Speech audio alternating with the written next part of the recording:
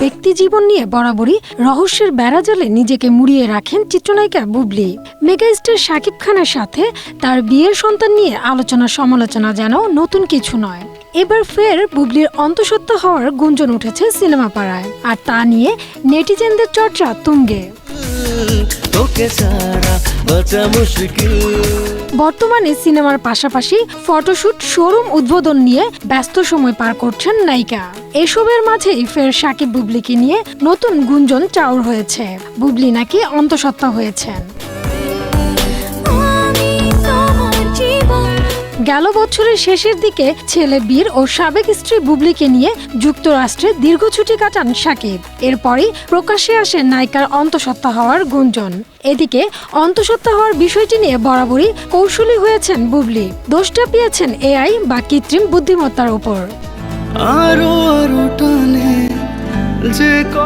সম্প্রতি এক অনুষ্ঠানে সামাজিক মাধ্যমে তারকাদের নামে ছড়ানো গুজব, নেতিবাচক মন্তব্য এবং হেনস্থার সময় নিজেকে কিভাবে সামলান তা নিয়ে কথা বলেছেন বুবলি। চিত্রনায়িকা জানান, এক্ষেত্রে তার সবচেয়ে বড় অনুপ্রেরণা ও আইডল ছেলে বীরের বাবা শাকিব খান। তার কাছ থেকেই অনেক কিছু শেখা।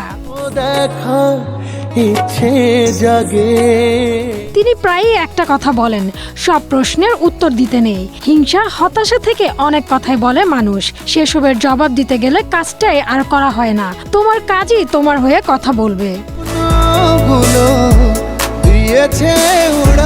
2020 সালে প্রথমবার পুত্র সন্তানের মা হন বুবলি।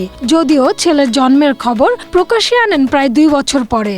সে সময় এ খবরের ঝড় ওঠে সিনেমা পাড়া থেকে নেট দুনিয়ায়।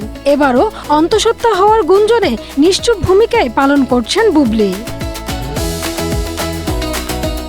Humaira Siddika, Asia post.